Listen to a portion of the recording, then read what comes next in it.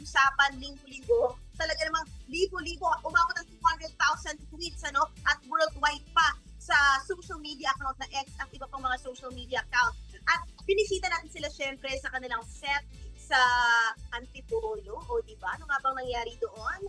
Ito po report natin. Step by step, sumakses ng bonggang-bongga ang kapatid sitcom na The First Family na 3 linggo nang trending.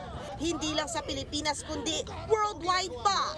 Bunga raw ito ng natural na kulitan at saya nila sa set. Nadagdagan din sila ng cast. Kulitan, of course. We've been having a lot of fun recently. Especially since kasama natin si Kuya Jay and Ate Kim.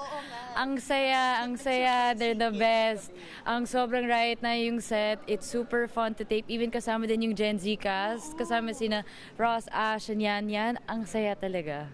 Sinasabay ni Tash ang The First Family sa highly anticipated solo lead series niya na Bad Genius na sinasakop na ang majority ng kanyang schedule ngayon.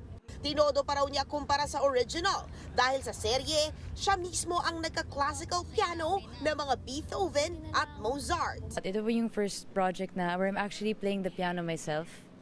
So I'm doing all of the shots. This project is such a great project and I don't want to take it for granted. I want to give it 100% ko.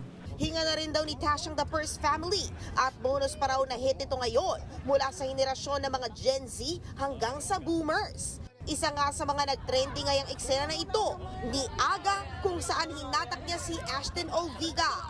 Kwento naman ni Ash sa atin.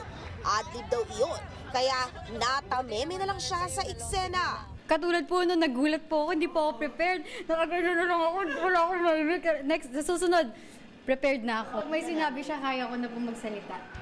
Abangan pa raw dahil may sorpresa si Ash sa mga keeper o yung fandom na nag-ship sa kanila ni Andres Mulak.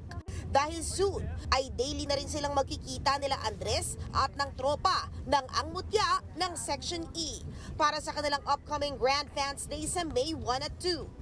May pakiusap naman si Ash sa mga fandom na sumusuporta sa kanila. Nagkakaganyan naman sila kasi love nila kami. Kaya sobrang thank you and ayun sana less away na. Lahat tayo love lang. Abangan ang The First Family tuwing linggo sa TV5.